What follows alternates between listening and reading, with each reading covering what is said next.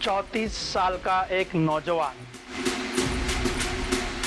Lower middle class की पैदाइश लेकिन सपने अमीरों वाले, बड़े पैसे कमाने की चाहत लेकिन मेहनत करने का कोई इरादा नहीं। पेश है हिंदुस्तान का सबसे बड़ा ठग सुकेश चंद्रशेखर। आइए जानते हैं कि सुकेश ने कैसे ठगी की शुरुआत की, कैसे इस फ्रॉड के बिजनेस की शुरुआत की, कैसे कैसे और किसे किसे उसने ठगा, और सबसे बड़ी बात 200 करोड़ के फ्रॉड की पूरी डिटेल में कहानी। सुकेश चंद्रशेखर के पापा विजयन चंद्रशेखर बेंगलोर में एक स्पेयर पार्ट्स का दुकान चलाते थे। सुकेश ने अपनी स्कूलिंग बेंगलोर के बिशप कॉटेज बॉयज स्कूल से पूरी करी। वो सिर्फ 12th पास है। बचपन से सुकेश अपने पापा को स्पेयर पार्ट की दुकान में काम करते हुए देखता था, पार्ट टाइम मैकेनिक का जॉब करते हुए देखता था, लेकिन इतनी मेहनत करने के बाद भी सिर्फ घर चलाने जितने ही पैसे उन्हें मिल पाते थे। सुकेश के सपने बड़े थे, आलीशान घर, स्पोर्ट्स कार, लेकिन ये सब कुछ उस छोटे से स्पेयर पार्ट्स के दुकान में से शायद ही उसे मिलता। और इसीलिए सही रास्ते से पैसे कमाने की बजाय, मेहनत करने की बजाय सुकेश ने रास्ता चुना लोगों को ठगने का। दिन रात उसके मन में एक ही ख्याल आता था कि वो किस तरह से लोगों को ठग सके। सुकेश को बाइक्स का बड़ा शौक था। वो अपने दोस्तों की बाइक्स लेकर पूरे बेंगलोर में घूमता था, लेकिन दिक्कत यह थी कि वो 17 साल का था और इसीलिए उसे ड्राइविंग लाइसेंस नहीं मिला था। जब भी उसे कोई पुलिस पकड़ता तो उसे फाइन भरना पड़ता। इस प्रॉब्लम का सुकेश के शातिर दिमाग ने एक सॉल्यूशन निकाला। उसने एक लेटर तैयार किया जिसके अंदर यह लिखा हुआ था कि सुकेश पूरे कर्नाटक के अंदर कहीं पे भी ड्राइव कर सकता है। इस लेटर को बेंगलोर पुलिस कमिश्नर के फर्जी लेटर हेड के ऊपर प्रिंट करवाया गया और उसके ऊपर बेंगलोर पुलिस कमिश्नर की साइन भी की गई। अब जब भी पुलिस उसे पकड़ती वो उन्हें वो लेटर दिखा देता और निकल जाता। सुकेश की तरकीब कामयाब हो चुकी थी। उस एक सक्सेस की वजह से सुकेश का कॉन्फिडेंस बढ़ गया था। वो अब यही लेटर अपने रिश्तेदारों को और दोस्तों को दिखाने लगा और लोगों को सच में यह लगने लगा कि सुकेश बड़े बड़े ऑफिसर्स को जानता है। लोग उसके पास अपने काम लेकर आने लगे जो कि सीधे रास्ते से नहीं होने वाले थे, जो कि इलीगल थे। ऐसे काम वो लेकर सुकेश के पास आने लगे इस उम्मीद में कि सुकेश की बड़ी पहचान है और सुकेश अपना काम करवा देगा। सुकेश उन्हें अपना भरोसा दिलाने लगा और उनसे पैसे लेने लगा, लेकिन काम कभी होता नहीं था और काम ना होने पर ये लोग पुलिस कंप्लेंट भी फाइल नहीं कर सकते थे क्योंकि उन्होंने जो काम बोले थे वो काम ही इलीगल थे। ऐसे में ही सुकेश ने अपने एक फैमिली फ्रेंड से 1.25 करोड़ रुपया ले लिया। उस फैमिली फ्रेंड की एक जमीन थी बेंगलोर में। सुकेश ने उसे भरोसा दिलाया कि वो बेंगलोर डेवलपमेंट अथॉरिटी के जरिए उस जमीन को अच्छे दामों के अंदर बिकवा देगा। लेकिन एज यूजुअल जो काम बोला था वो तो हुआ नहीं। रकम बहुत बड़ी थी और सुकेश के घर वालों ने हाथ खड़े कर दिए थे। आखिरकार उस फैमिली फ्रेंड ने जाकर पुलिस के अंदर कंप्लेंट फाइल की और 2007 में पहली बार सुकेश को अरेस्ट की गई। जब उसे अरेस्ट हो रही थी तब भी सुकेश का शातिर दिमाग चुप नहीं बैठा।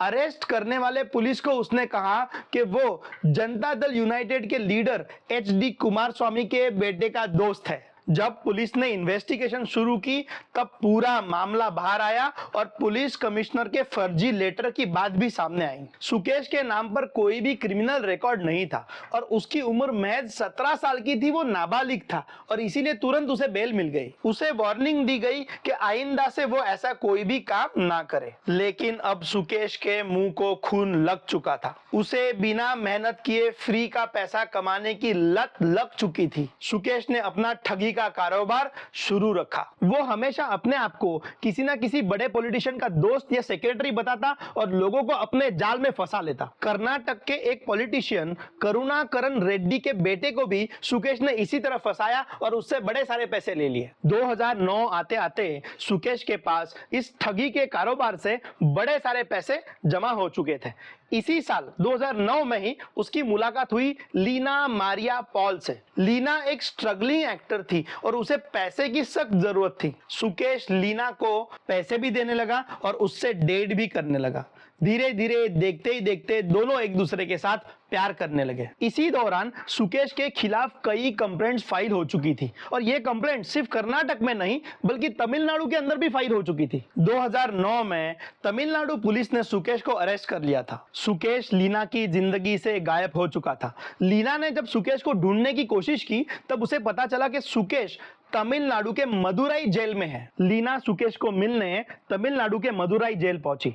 जब सुकेश को बेल मिल गई तब जेल के बाहर आने के बाद सुकेश ने लीना को अपने ठगी के बिजनेस के बारे में सारी जानकारी दे दी। लीना का सपना था एक बड़ी एक्ट्रेस बनने का, लेकिन उसके लिए उसके पास ना तो कोई पैसे थे, ना कोई फिल्म इंडस्ट्री के अंदर कॉन्टैक्ट थे और ना ही उतना टैलेंट था। लीना को लगा कि सुकेश ही वो एक सीढ़ी है जिसके जरिए वो अपने सारे ख्वाब पूरे कर सकती है। लीना ने सुकेश के साथ काम करना शुरू कर दिया। पहले सिर्फ सुकेश लोगों को बेवकूफ बनाता था, अब दोनों मिलकर लोगों को बेवकूफ बनाने लगे। कभी सुकेश किसी बड़े पॉलिटिशियन का सेक्रेटरी बन जाता था और लीना किसी बड़े बिजनेसमैन की सुकेश के साथ बात करवा देती थी। कर्नाटक और तमिलनाडु में सुकेश और लीना ने कई लोगों को लूटा, लेकिन उनके खिलाफ ज्यादातर कंप्लेंट्स फाइल नहीं होती थी क्योंकि उन्हें दिया गया पैसा और बोला गया काम दोनों इलीगल होता था। दोनों की अच्छी कट रही थी। सुकेश के कामयाबी का एक सबसे बड़ा कारण यह था कि वो खुद कभी भी पार्टी से डायरेक्टली रूबरू नहीं मिलता था, हमेशा फोन पे ही बात करता था। अगर पार्टी मिलने की जिद करे तो लीना उसे मिलने चली जाती थी। खूबसूरत लड़की को देखकर लोग उसके ऊपर भरोसा कर देते थे और पैसे दे देते थे। ये सारे ट्रांजैक्शंस बिना किसी रिकॉर्ड के, बिना किसी प्रूफ के, सिर्फ और सिर्फ कैश में ही होते थे। इसी दौरान लीना और सुकेश के बीच में पैसे के मामले में अनबन बढ़ने लगी थी। लीना चाहती थी कि लूटे हुए पैसे के अंदर उसे भी बराबरी का हिस्सा दिया जाना चाहिए, लेकिन सुकेश इससे सहमत नहीं था। ऐसे में ही इन दोनों ने बेंगलोर के एक बिजनेसमैन को लूट लिया। सुकेश ने अपने आप को कर्नाटक बीजेपी के चीफ येडियुरप्पा का सेक्रेटरी बताते हुए एक बड़ी रकम उस बिजनेसमैन से लूट ली। इस डील में लीना और सुकेश का बड़ा झगड़ा हुआ और सुकेश ने लीना को 1 रुपया भी देने से मना कर दिया। लीना अब गुस्से से आग बबूली हो रही थी। उसे यह दिखाना था कि वो अगर सुकेश के साथ काम कर सकती है तो वो उसे तबाह भी कर सकती है। लीना उस बिजनेसमैन के पास पहुंची और उसे लेकर वो पहुंची पुलिस स्टेशन। लीना ने सुकेश के खिलाफ पुलिस कंप्लेंट फाइल कर दी थी। लीना की मदद से पुलिस ने सुकेश को ढूंढ निकाला और अरेस्ट कर लिया। सुकेश को खुद को भरोसा नहीं हो रहा था कि उसकी खुद की बीवी ने उसे अरेस्ट करवाया है। सुकेश ने तय किया कि अब वो लीना से अलग हो जाएगा और डिवोर्स ले लेगा। इसी दौरान लीना प्रेग्नेंट थी। जैसे ही लीना को अपनी प्रेगनेंसी के बारे में पता चला, उसने अबॉर्शन करवा लिया।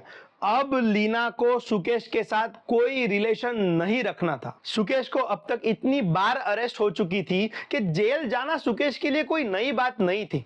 वो लोगों को लूटकर इतना पैसा कमाता था कि पुलिस को पैसा देके मैनेज करना उसके लिए बाएं हाथ का खेल था। कंप्लेंट करने वाले के पास सुकेश के खिलाफ कोई पुख्ता सबूत होता ही नहीं था क्योंकि सारा ट्रांजैक्शन कैश में होता था और इसीलिए सुकेश को अरेस्ट होने के बाद भी तुरंत बेल मिल जाती थी। इस बार भी कुछ ऐसा ही हुआ। सुकेश को जल्द ही बेल मिल गई और वो जेल के बाहर आ गया। अब सुकेश का लीना के साथ कोई संबंध नहीं था। लीना को जल्द ही ये रियलाइज होने लगा कि वो अकेली कुछ नहीं कर पा रही है। सुकेश की तरह शातिर दिमाग लीना के पास नहीं था। लीना के पैसे खत्म हो रहे थे और इसीलिए फाइनली लीना ने तय किया कि वो सुकेश के पास जाएगी और उससे माफी मांगेगी। लीना सुकेश के पास गई, उसने उसकी माफी मांगी और आखिरकार दोनों ने साथ में वापस काम करना शुरू कर दिया। कर्नाटक और तमिलनाडु में इन दोनों का नाम बहुत खराब हो चुका था, इसीलिए इन दोनों ने सोचा कि किसी नई जगह शिफ्ट किया जाए ताकि नए लोगों को ढूंढकर उनसे पैसे लूट सके। दोनों शिफ्ट हुए केरल की राजधानी कोच्चि में। कोच्चि में आते ही दोनों ने रईस बिजनेसमैन को ढूंढना शुरू कर दिया। कोच्चि की एक टेक्सटाइल कंपनी थी जिनका एक प्रमोशनल इवेंट था और इस इवेंट के लिए उन्हें किसी सेलिब्रिटी की जरूरत थी। सुकेश ने उस टेक्सटाइल कंपनी को कहा कि उसके बॉलीवुड में बहुत अच्छे ताल्लुकात हैं और उनके प्रमोशनल इवेंट के लिए वो कटरीना कैफ को लेके आ सकता है। कटरीना कैफ के फीस के तौर पर उस टेक्सटाइल कंपनी को सुकेश को 20 लाख रुपए देने पड़ेंगे। उस कंपनी ने सुकेश की बात मान ली और 20 लाख रुपए सुकेश को दे दिए। प्रमोशनल इवेंट शुरू हुआ, लेकिन कटरीना कैफ का कोई पता नहीं था। जल्दी उस टेक्सटाइल कंपनी को समझ में आ गया कि सुकेश ने उनके साथ स्कैम किया है। ये ट्रांजैक्शन लीगल था, लीगली पैसे दिए गए थे टेक्सटाइल कंपनी की तरफ से सुकेश को, और इसीलिए उस टेक्सटाइल कंपनी ने पुलिस के अंदर जाके सुकेश के खिलाफ कंप्लेंट दर्ज करवा दी। जैसे ही ये बात सुकेश को पता चली, उन दोनों ने, सुकेश ने और लीना ने, दोनों ने तय किया कि अब कोच्चि को छोड़ना पड़ेगा। दोनों ये सोच रहे थे कि अब जाए कहां। लीना को एक बड़ी एक्टर बनना था और सुकेश को रईस लोगों की जरूरत थी ताकि वो उन्हें लूट सके, और ये दोनों बातें पूरे हिंदुस्तान के अंदर एक ही शहर में पॉसिबल हो सकती है, और उस शहर का नाम है मुंबई। करीब 2013-14 तक ये दोनों शिफ्ट हो चुके थे मुंबई। सुकेश ने मुंबई के गोरेगांव में इंपीरियल हाइट्स नाम की सोसाइटी के अंदर एक फ्लैट खरीद लिया, और ये दोनों उसी फ्लैट के अंदर रहने लगे। लीना को बिना बताए सुकेश ने उसी सोसाइटी के अंदर एक और फ्लैट खरीद लिया था। गोरेगांव में है फिल्म सिटी। फिल्म इंडस्ट्री से जुड़े कई नामी गिरामी लोग गोरेगांव के एरिया में रहते हैं। अब सुकेश का टारगेट था बॉलीवुड। सुकेश ने अपने आप को एक साउथ इंडियन प्रोड्यूसर के तौर पर इंट्रोड्यूस करना शुरू कर दिया था। उतना ही नहीं तो लोगों से बात करते वक्त वो लोगों को यह एहसास दिलाता था कि भारत के होम मिनिस्टर और होम मिनिस्ट्री के सारे ऑफिसर्स उसके बड़े अच्छे दोस्त हैं। बहुत ही जल्द सुकेश का बॉलीवुड में नेटवर्क बढ़ने लगा। बॉलीवुड की पेज 3 पार्टीज के अंदर सुकेश का और लीना का आना जाना अब आम हो चुका था। लीना को भी अब फिल्में मिलने लगी थी। लीना ने जो कुछ फिल्में की उसमें शामिल है मद्रास कैफे, रेड चिलीज और कोबरा जैसी कुछ फिल्में। इसी दौरान सुकेश को यह एहसास होने लगा था कि उसने अब तक जितना भी और जो भी कमाया है वो सब कुछ कैश में है।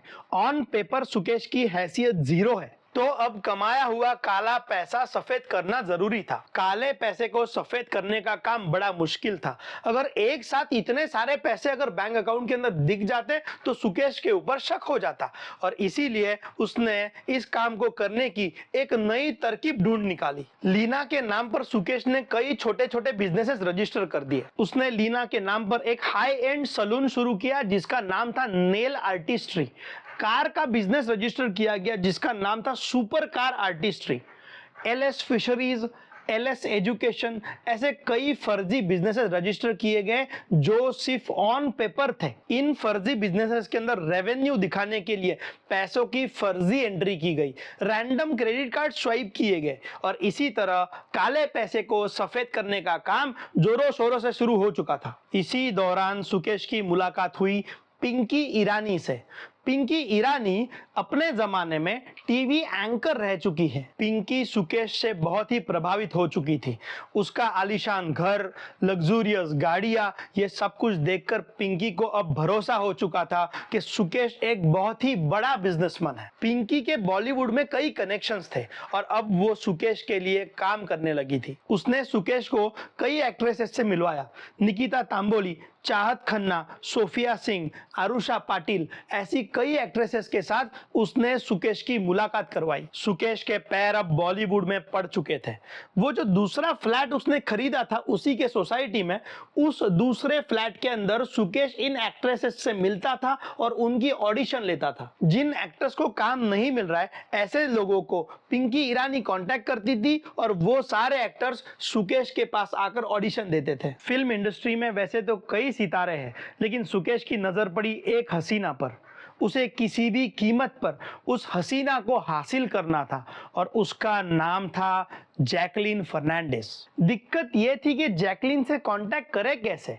सुकेश ने पिंकी ईरानी को इस काम के ऊपर लगा दिया। पिंकी ईरानी ने जैकलीन फर्नांडिस के मेकअप मैन शान मुत्तथिल से कांटेक्ट किया और उसे रिक्वेस्ट की कि वो जैकलीन के साथ मीटिंग फिक्स करवाए। कुछ दिन इंतजार करने के बाद भी कोई मीटिंग फिक्स नहीं हुई थी। सुकेश सोच में पड़ गया था कि जैकलीन से कांटेक्ट करे तो कैसे करे। सुकेश ने जैकलीन के मेकअप मैन को शान मुत्तथिल को खुद कांटेक्ट किया।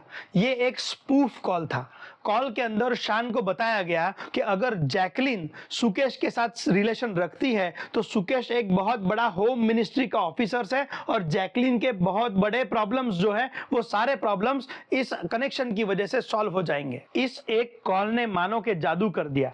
जैकलीन सुकेश को मिलने तैयार हो चुकी थी। आगे कई बार उनकी मुलाकात हुई और हर मुलाकात के अंदर सुकेश जैकलीन को कोई ना कोई महंगी से महंगी गिफ्ट देता था। Limited edition perfumes, diamond earrings, महंगी महंगी बैग्स, ये सारे गिफ्ट सुकेश ने जैकलीन को दिए। उसने जैकलीन से ये कहा था कि वो सन टीवी का मालिक है और यहाँ बॉलीवुड के अंदर मूवीज प्रोड्यूस करना चाहता है। गिफ्ट देने का ये सिलसिला शुरू रहा और धीरे धीरे जैकलीन और सुकेश की नजदीकियां बढ़ने लगी। हाल ही में जैकलीन के लॉयर ने एक स्टेटमेंट रिलीज कर ये क्लियर किया है कि जैकलीन और सुकेश का कोई संबंध नहीं है, लेकिन मीडिया में सामने आई तस्वीरें कुछ अलग ही कहानी बयां करती है। 2017 में तमिलनाडु की पॉलिटिकल पार्टी AIADMK के अंदर दरार पड़ी।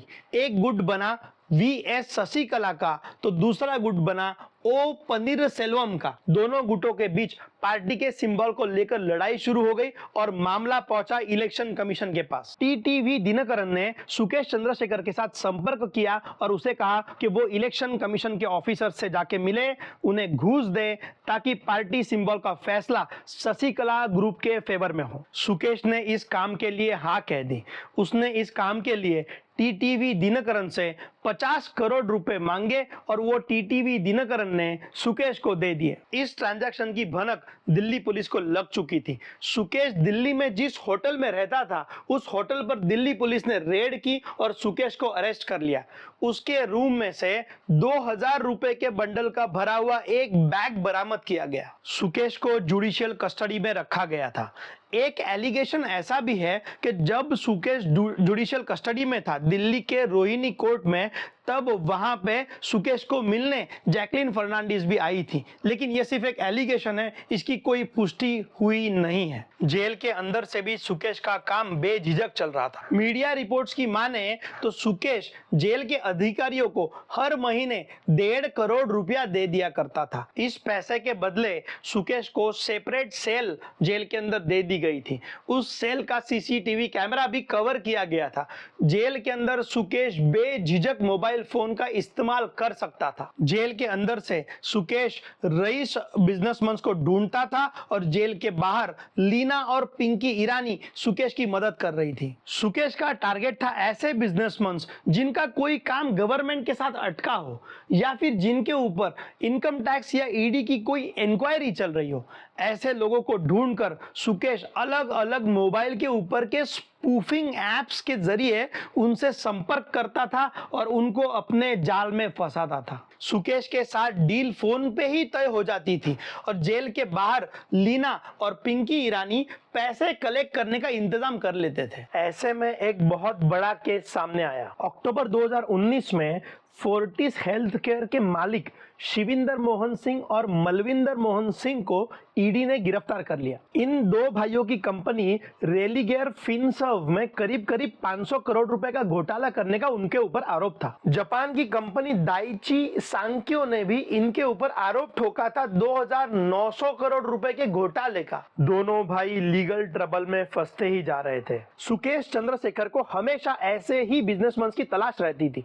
जेल के अंदर बैठे बैठे सुकेश ने इन दोनों भाइयों के बारे में जानकारी इकट्ठा करना शुरू कर दिया। उसने लीना और पिंकी ईरानी इन दोनों को भी इस काम के ऊपर लगा दिया। शिविंदर मोहन सिंह की पत्नी आदिति सिंह, मलविंदर मोहन सिंह की पत्नी जापना सिंह, उनके रिलेटिव्स, रिश्तेदार, इन सारों की इंफॉर्मेशन सुकेश ने इकट्ठा कर ली। 2020 में पूरी दुनिया में एक बहुत बड़ा भूचाल आया। कोरोना महामारी की वजह से मानो कि पूरी दुनिया थम सी गई थी। शिविंदर सिंह जो अभी जेल में थे उस वक्त, उन्होंने जेल में से लेटर लिख के सरकार को यह पेशकश की थी कि वो सरकार को हेल्प करना चाहते हैं इस महामारी के समय में। यही लेटर उन्होंने कोर्ट में भी सबमिट किया था। उनका कहना यह था कि इस महामारी के समय में वो उनका खुद का एक्सपर्टीज और एक्सपीरियंस सेंट्रल गवर्नमेंट के लिए, सरकार के लिए, भारत सरकार के लिए यूज यूज करना चाहते हैं एज अ एडवाइजर, ताकि भारत सरकार इन कोरोना महामारी के खिलाफ सही कदम उठा सके।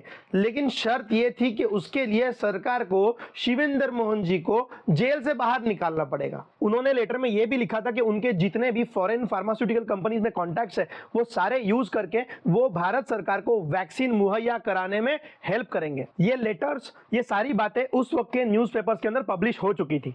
सुकेश को जिस कैओस की जरूरत थी, जिन परिस्थितियों की जरूरत थी, वो एग्जैक्ट सिमिलर परिस्थितियां तैयार हो चुकी थी। सुकेश चंद्रशेखर ने अपने जिंदगी का सबसे बड़ा फ्रॉड ऑपरेशन शुरू कर दिया था। 15 जून 2020 का वो दिन था जिस दिन शिवेंद्र मोहन सिंह जी की पत्नी आदिति सिंह को एक फोन कॉल आया। आदिति ने फोन उठाया, सामने एक लेडी बात कर रही थी। फोन के ऊपर सामने एक लेडी बात कर रही थी। उस लेडी ने कहा कि वो सेंट्रल गवर्नमेंट के लॉ मिनिस्ट्री से, मिनिस्ट्री ऑफ लॉ से बात कर रही है, और मिनिस्ट्री ऑफ लॉ के जो लॉ सेक्रेटरी है अनूप कुमार, वो आदिति सिंह से बात करना चाहते हैं। कुछ ही सेकंड में उस लेडी ने अपना फोन किसी और इंसान को ट्रांसफर किया, जिसने खुद को फोन पर आकर अनूप कुमार, मैं अनूप कुमार लॉ सेक्रेटरी बोल रहा हूं, इस तरह से खुद को इंट्रोड्यूस किया। उसने ये भी कहा कि उसे मिनिस्ट्री ऑफ लॉ और प्राइम मिनिस्टर ऑफिस से डायरेक्ट इंस्ट्रक्शंस मिले हैं कि वो आदिति सिंह से बात करें। दोस्तों, ये अनूप कुमार दूसरा कोई नहीं था बल्कि खुद सुकेश चंद्रशेखर ही था। दिल्ली के रोहिणी जेल में बैठकर मोबाइल के ऊपर के स्नूफिंग एप्स के जरिए सुकेश ने ये फोन कॉल किया था। उसने आदिति सिंह से कोरोना महामारी की वजह से जो मेडिकल इमरजेंसी की सिचुएशन तैयार हुई है उसके बारे में भी डिटेल में बात की, और शिवेंद्र जी ने जो लेटर्स लिखे थे सेंट्रल गवर्नमेंट को, उनके बारे में भी उसने जिक्र किया। उसने आदिति सिंह को कहा कि सरकार शिवेंद्र जी की मदद करना चाहती है और उन्हें जेल से बाहर निकालने के लिए सरकार तैयार है। उसने आदिति से कहा कि ये मामला बड़ा ही सेंसिटिव है और मीडिया से बच के रहना जरूरी है, और इसीलिए वो ये बातें किसी और से भी शेयर ना करें और 100% कॉन्फिडेंशियलिटी मेंटेन करें। सुकेश ने आदिति से कहा कि वो उसके टच में रहेगा, वो उसके अगले कॉल का इंतजार करे। ऐसा कहकर सुकेश ने फोन रख दिया। सुकेश पिछले 14 साल से लोगों को ठग रहा था। पहला फोन आने के बाद लोगों की रिएक्शन क्या होती है, वो किस तरह से क्रॉस वेरीफाई करते हैं, उन्हें किस तरह से भरोसा दिलवाना है, ये सारी चीजें सुकेश को पता थी। वो इस फील्ड का एक्सपर्ट बन चुका था, और इसीलिए आदिति सिंह के मामले में भी सुकेश ने इन सारी चीजों का ख्याल रखा हुआ था। फोन रखते ही आदिति सिंह ने जिस नंबर से फोन आया था उस नंबर को ट्रू कॉलर के ऊपर चेक किया। ट्रू कॉलर पर नाम लॉ मिनिस्ट्री का आ रहा था, ये पहली बात। दूसरी बात ये थी कि ये नंबर लैंडलाइन नंबर था, और तीसरी बात, आदिति सिंह ने जब लॉ मिनिस्ट्री के वेबसाइट पे जाके नंबर चेक किया तो एग्जैक्टली वही नंबर लॉ मिनिस्ट्री की वेबसाइट के ऊपर भी लिखा हुआ था। इन तीन चीजों का वेरिफिकेशन करने के बाद आदिति सिंह का उस फोन कॉल के ऊपर 100% ट्रस्ट हो चुका था। उस दिन सुकेश ने आदिति को करीब 3 फोन किए, और इसके आगे का कम्युनिकेशन, उसके प्रोटोकॉल्स और कॉन्फिडेंशियलिटी, इन बारे में सारी डिटेल में बातें बताई। आदिति को किस तरह से बात करनी है, कैसे उन्हें फोन आएगा, कौन फोन करेगा, और उनको किस तरह से रिएक्ट करना है, ये सारी चीजें डिटेल में सुकेश ने आदिति को बता दी। आदिति के दिल में अब एक आस जगी थी कि वो जल्द से जल्द अपने हस्बैंड को जेल से बाहर निकाल पाएगी। दूसरे ही दिन सुकेश ने मलविंदर सिंह जी की पत्नी जापना सिंह को भी फोन किया और इसी तरह से उन्हें भी भरोसा दिलाया। खास बात यह थी कि जापना सिंह और आदिति सिंह दोनों को यह नहीं पता था कि यही खेल दोनों के साथ साइमल्टेनियसली एक साथ खेला जा रहा है। अगले कुछ दिनों तक हर रोज सुकेश एक फोन आदिति को करता और सारी चीजों के बारे में डिटेल में बात करता।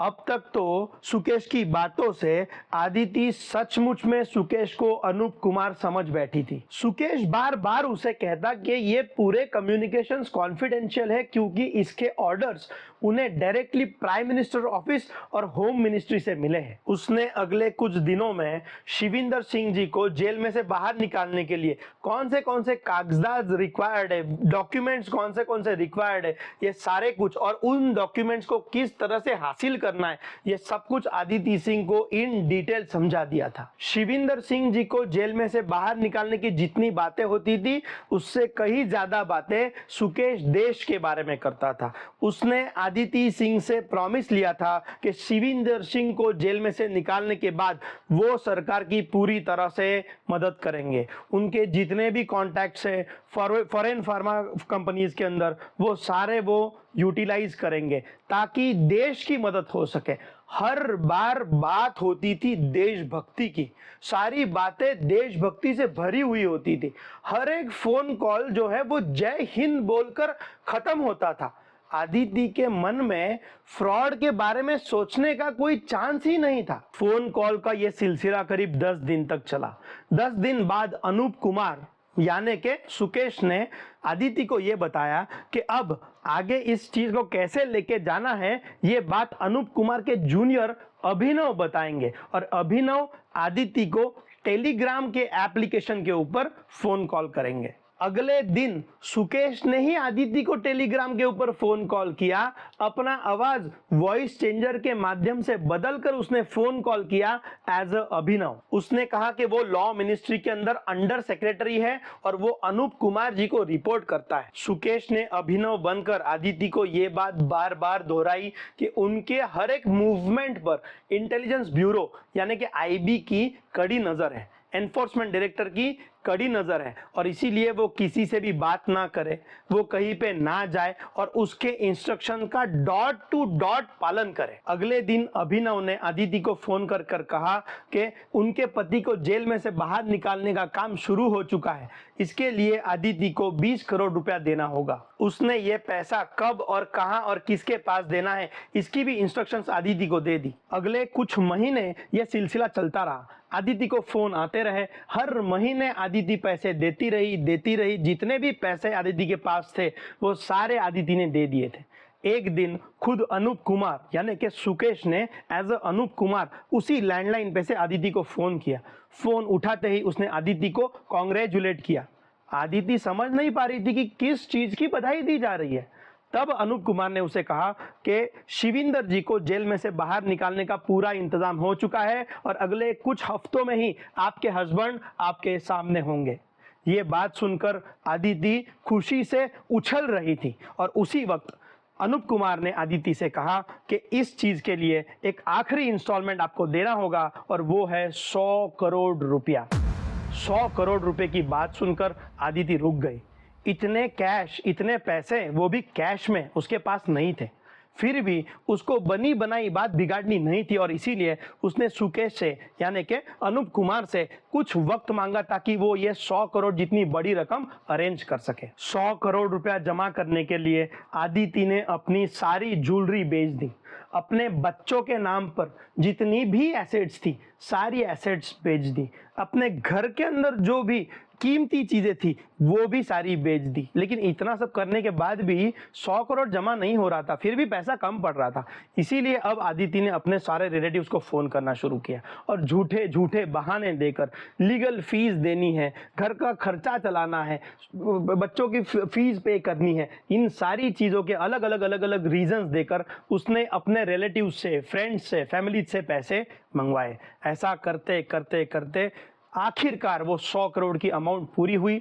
उसने जैसे ही फोन आया अनूप कुमार का यानी कि सुकेश का और उसके इंस्ट्रक्शंस के हिसाब से 100 करोड़ की अमाउंट आदिति ने उसे दे दी। टोटल अमाउंट अब तक जितनी दी गई थी आदिति की तरफ से वो थी 215 करोड़ रुपया।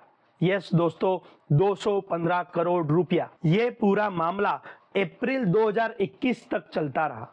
अप्रैल 2021 तक आदिति सिंह ने सुकेश को 215 करोड़ रुपया कैश में दे दिया था। इस बीच एक बात ऐसी थी जो ना सुकेश को पता थी ना आदिति को पता थी। शिविंदर मोहन सिंह और मलविंदर मोहन सिंह, इन दोनों को फ्रॉड के मामले में, वो भी बहुत बड़े फ्रॉड के मामले में अरेस्ट हुई थी और इसीलिए ईडी ने, ईडी यानी कि एनफोर्समेंट डायरेक्टरेट ने उनके बैंक अकाउंट्स, उनके रिलेटिव्स के बैंक अकाउंट्स सर्वेलेंस के ऊपर रखे हुए थे। जब आदिति ने अपने फ्रेंड्स और फैमिली से पैसे मंगाए, वो सारे पैसे आदिति के बैंक अकाउंट में आए थे और उस बैंक अकाउंट से आदिति ने वो पैसा विड्रॉ किया था। ईडी के सर्वेलेंस के ऊपर ये अकाउंट था और इस अकाउंट में इतने सारे ट्रांजैक्शंस, इतना सारा पैसा देखकर ईडी एक्शन में आ गई। ईडी ने पूछताछ शुरू कर दी और जब ईडी आदिति सिंह के पास गई पूछताछ करने, तब डिटेल्स एक के बाद एक सारी डिटेल्स बाहर आने लगी। दोस्तों, अगर ईडी की तरफ से पूछताछ नहीं होती तो ये कोई मामला बाहर नहीं आता, लेकिन ईडी की तरफ से पूछताछ होने की वजह से आदिति सिंह ने ईडी को सारा मामला डिटेल में बता दिया। पूरी कहानी सुनने के बाद ईडी के ऑफिसर्स भी हक्के बक्के रह गए थे, स्पेशली 215 करोड़ की अमाउंट सुनकर, और वो भी कैश में। ईडी ने जब अपनी इन्वेस्टिगेशन शुरू की, तब धीरे धीरे एक के बाद एक क्लू लगता गया और सारे फ्रॉड के तार सुकेश चंद्रशेखर तक ट्रेस किए गए। सुकेश ऑलरेडी जेल में था, लेकिन अब ईडी ने जेल में जाकर उसे वापस हिरासत में लिया, एक नए केस के मामले में, आदिति सिंह के केस के मामले में। जब ईडी सुकेश चंद्रशेखर को अरेस्ट करने दिल्ली के रोहिणी के जेल में पहुंची, तब उन्होंने देखा कि सुकेश चंद्रशेखर को किस तरह से 5 स्टार ट्रीटमेंट दी जा रही है, किस तरह से सीसीटीवी कवर्ड है, किस तरह से सुकेश के सेल के अंदर 3-3 मोबाइल फोन्स उन्हें मिले। ये सब कुछ देखकर ईडी को भी ध्यान में आया कि सुकेश से बहुत बड़े पैमाने पे रिश्वत उन जेल के अथॉरिटीज को भी दी जा रही है। इस पूरे केस के अंदर 83 पुलिस ऑफिसर्स सस्पेंड किए गए थे, जिनके ऊपर इल्जाम लगाया गया था कि उन्होंने सुकेश से पैसे लिए और बदले में सुकेश को सारी फैसिलिटीज जो है वो मुहैया करवाई है। वो 83 पुलिस ऑफिसर्स को सस्पेंड किया गया। जब ईडी ने अपने इन्वेस्टिगेशन का दायरा और बढ़ाया, तब उन्होंने उन लोगों की भी पूछताछ शुरू की जिन को सुकेश से डायरेक्टली या इनडायरेक्टली पैसे मिले थे, और इसके अंदर बड़े बड़े नाम सामने आने लगे। उसी लिस्ट के अंदर नाम सामने आया जैकलिन फर्नांडिस का, उसी लिस्ट में नाम सामने आया नोरा फतेही का, और भी कई बड़े लोगों के नाम इस लिस्ट के अंदर सामने आए। ईडी ने लीना और पिंकी ईरानी के साथ साथ और 3 लोगों को अरेस्ट कर लिया इस जुर्म के अंदर कि वो जेल के बाहर रहकर सुकेश की मदद कर रहे थे। दोस्तों, आज सुकेश दिल्ली के हाई प्रिजन सेल के अंदर कैद है। पिंकी ईरानी को जमानत मिल चुकी है। लीना ने जमानत के लिए अप्लाई किया था, लेकिन कोर्ट ने उसकी जमानत खारिज कर दी है, वो भी अभी जेल में है। जिन शिवेंद्र सिंह जी को निकालने के लिए आदिति सिंह ने 215 करोड़ रुपए दिया था, वो शिविंदर सिंह और मलविंदर सिंह दोनों भी अभी जेल में है।